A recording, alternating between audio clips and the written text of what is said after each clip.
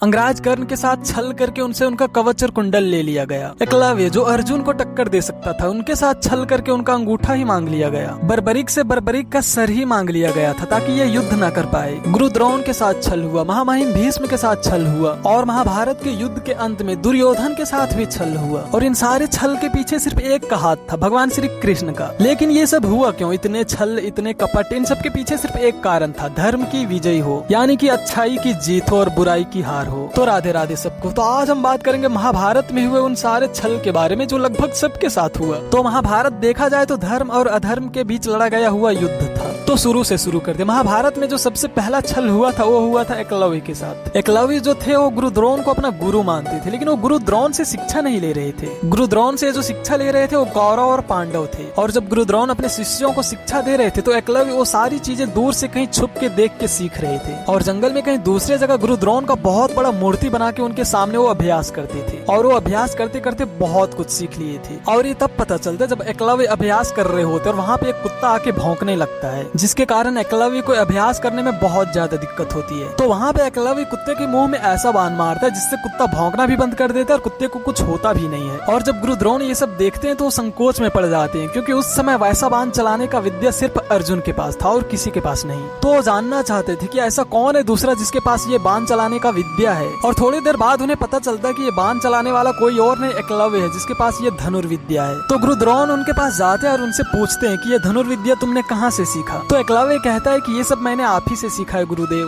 तो गुरु द्रोण वहाँ पे एकलव्य से कहते हैं कि मैंने तो तुम्हें कोई विद्या दी ही नहीं है। तो एकलव्य कहता है कि जब आप अपने शिष्यों को विद्या देते हैं तब मैं छुप के वो सारी चीजें देखता हूँ और यहाँ पर आकर आपके मूर्ति के सामने आपके सारे दिए हुए विद्या को अभ्यास करता हूँ। और अभ्यास करते करते ये सारी चीजें मैंने सीख लिया, लेकिन मैं मन से आपको ही अपना गुरु मानता हूँ। गुरु द्रोण को इस बात का अंदाजा लग गया था कि एकलव्य आने वाले समय का बहुत बड़ा धनुधारी बनने वाला है। तो गुरु द्रोण जो थे वो बहुत बड़े गुरु थे। वो सिर्फ धनुर्विद्या या फिर कोई दूसरे विद्या में नहीं, वो बहुत चीजों में आगे थे, इसीलिए उस समय का वो बहुत बड़े गुरु थे। तो गुरु द्रोण जो थे आने वाले भविष्य को भी नाप लेते थे थोड़ा बहुत, और उन्हें ये भी लगभग पता चल गया था कि आने वाले टाइम में एक बहुत बड़ा युद्ध होने वाला है। वो जानते थे कि आने वाले समय में उन्हें किस किस चीज का सामना करना होगा। वो ये भी जान गए थे कि एकलव्य जो है वो आने वाले समय में कहीं ना कहीं अर्जुन के साथ ही युद्ध करेगा, यानी अर्जुन के खिलाफ होगा। और अर्जुन किसके साथ होते हैं? वो धर्म के साथ होते हैं। और एकलव्य आने वाले समय में कहीं ना कहीं धर्म के विरुद्ध युद्ध करने वाला है। इस बात का एहसास हो चुका था गुरु द्रोण को। इसीलिए गुरु द्रोण जो है वो गुरु दक्षिणा के रूप में उनसे उनका अंगूठा ही मांग लेते हैं। इसलिए नहीं कि एकलव्य अर्जुन से आगे निकल जाएगा या फिर अर्जुन को टक्कर देगा, बल्कि इसलिए कि एकलव्य जो है आगे जाके कहीं ना कहीं धर्म के विरुद्ध ही युद्ध करेगा। क्योंकि उस समय कोई कंपटीशन तो था नहीं कि मेरा शिष्य आगे जाएगा तो मेरा ज्यादा नाम होगा, नहीं, ऐसा कुछ नहीं था। तो गुरु द्रोण इसलिए अंगूठा मांगते हैं एकलव्य से, क्योंकि उन्हें पता था कि आगे जाके वो कहीं ना कहीं अधर्म का ही साथ देगा। और ऐसा इसलिए कह सकते हैं क्योंकि जब महाभारत का युद्ध होता है तो एकलव्य का जो बेटा है केतुमान, वो कौरवों के साथ होता है, यानी वो कौरवों के साथ मिलकर युद्ध करता है। और अगर एकलव्य होते तो कहीं ना कहीं शायद वो भी कौरवों के साथ ही होते, यानी वो पांडवों के खिलाफ में युद्ध करते, यानी कि धर्म के खिलाफ युद्ध करते हो। जैसा कि मैंने कहा, ये सब गुरु द्रोण को एहसास हो चुका था, इसलिए वो एकलव्य से उनका अंगूठा मांग लेते हैं। और फिर आते हैं अंगराज कर्ण, जिनसे दान में उनसे उनका कवच और कुंडल मांग लिया गया था। तो भगवान श्री कृष्ण जो थे वो तो विष्णु के रूप थे, उन्हें सब कुछ पता था कि क्या होने वाला है, कौन क्या करने वाला है, मतलब सब कुछ उन्हें पता था। और वो जानते थे कि कर्ण के पास जब तक उसका कवच है उन्हें हराना इतना आसान नहीं होगा। अब ऐसा नहीं था कि उन्हें हराया नहीं जा सकता था, नहीं, हराया जा सकता था, लेकिन बहुत मुश्किल था। क्योंकि आप अंगराज कर्ण पर जितने भी बाण चलाओगे सारे के सारे उसके कवच में समा जाएगा, तो उन्हें हराना काफी मुश्किल था। इसलिए भगवान श्री कृष्ण भगवान इंद्र के जरिए दान के रूप में उनसे उनका कवच और कुंडल मांग लेते हैं। और जब भगवान इंद्र उनसे उनका कवच लेते हैं तो बदले में उन्हें एक बहुत बड़ा शस्त्र देते हैं, एक ऐसा शस्त्र जिनका नाम लेकर चलाओगे तो उनकी मृत्यु तय है, उन्हें कोई नहीं बचा सकता। और भगवान श्री कृष्ण ये भी जान गए थे कि अंगराज कर्ण के पास जो शस्त्र है वो बाण सिर्फ और सिर्फ अर्जुन पर ही चलाएगा। इसीलिए महाभारत के युद्ध में भगवान श्री कृष्ण अर्जुन को कर्ण के सामने तब तक नहीं लाते जब तक वो अपना बाण किसी दूसरे पे ना चला दे, क्योंकि उस शस्त्र को सिर्फ एक बार ही इस्तेमाल किया जा सकता था। तो भगवान श्री कृष्ण अर्जुन को अंगराज कर्ण के सामने लाने से पहले भीम के बेटे घटोत्कच को उनके सामने लाके खड़ा कर देते हैं। और घटोत्कच उस समय बहुत ज्यादा तबाही मचाने लगता है, इसीलिए उसे रोकने के लिए अंगराज कर्ण वो बाण उस पर चला देते हैं। उसके बाद भगवान श्री कृष्ण अर्जुन को अंगराज कर्ण के सामने लाते हैं। और जब युद्ध के दौरान अंगराज कर्ण का रथ का पहिया जमीन में फंस जाता है तो भगवान श्री कृष्ण अर्जुन से कहते हैं कि अंगराज कर्ण का वध कर दो, लेकिन अर्जुन नहीं मानते कि उसका रथ का पहिया जमीन में फंसा हुआ और वो निहत्थे है, इसीलिए उस पर मैं वार नहीं करूंगा। लेकिन भगवान श्री कृष्ण वहाँ पे अंगराज कर्ण के पापों के बारे में बताते हैं और बार बार कहते हैं कि वध कर दो। उसके बाद अर्जुन अंगराज कर्ण का वध कर देते हैं। अब बात करते हैं बर्बरीक का। तो भगवान श्री कृष्ण ने बर्बरीक का सर ही मांग लिया था, क्योंकि वो जानते थे कि अगर बर्बरीक का कदम इस युद्ध में पड़ा तो युद्ध का रुतबा ही बदल देगा, फिर ये धर्म युद्ध रहेगा ही नहीं। इसलिए भगवान श्री कृष्ण उनसे उनका सर मांग लेते हैं। तो जब आप महाभारत पढ़ के, महाभारत देख के इन सारे चीजों के बारे में समझोगे, सोचोगे, तो इसका रिजल्ट सिर्फ एक ही आएगा। महाभारत में जितने भी छल हुए इसलिए हुए ताकि धर्म को बचाया जा सके, यानी अच्छाई को बचाया जा सके, ताकि पांडवों की विजय हो, यानी धर्म की विजय हो। और पांडव धर्म के साथ थे। जरा आप सोच के देखिए कि अगर ये सब चीजें नहीं होती तो क्या होता। कहीं ना कहीं कौरवों की विजय हो जाती, यानी अधर्म की विजय हो जाती। और अगर अधर्म की विजय हो जाती यानी दुर्योधन की, तो सोचिए कि उस समय क्या क्या हो सकता था। मतलब जो दुर्योधन द्रौपदी के साथ उतना अन्याय कर सकता है, वो दूसरों स्त्री के साथ यानी कि एक आम स्त्री के साथ क्या क्या कर सकता है, ये कोई भी नहीं जान सकता। क्योंकि उस समय हस्तिनापुर सबसे पावरफुल राज्य था और उस राज्य का राजा था दुर्योधन। और जिस राज्य का राजा इतना बुरा हो, दूसरों को अच्छाई का रास्ता कैसे दिखा सकता है। तो महाभारत में जितने भी छल हुए उन सब का एक ही मतलब था कि धर्म की विजय हो और अधर्म की हार हो। और महाभारत में जितने भी लोगों के साथ छल हुआ वो सारे के सारे कौरव के साथ थे, यानी वो अधर्म के साथ थे। और इस युद्ध में जितने भी बड़े बड़े योद्धा थे, चाहे वो गुरु द्रोण हो या फिर महामहिम भीष्म हो, उन सब की मजबूरियां थी जो कौरव के साथ थे। और वो लोग दिल से पांडवों के साथ ही थे और वो लोग ये भी चाहते थे कि इस युद्ध में पांडवों की ही विजय हो, क्योंकि उन्हें पता था पांडव जो धर्म के रास्ते पे थे, अधर्म के नहीं।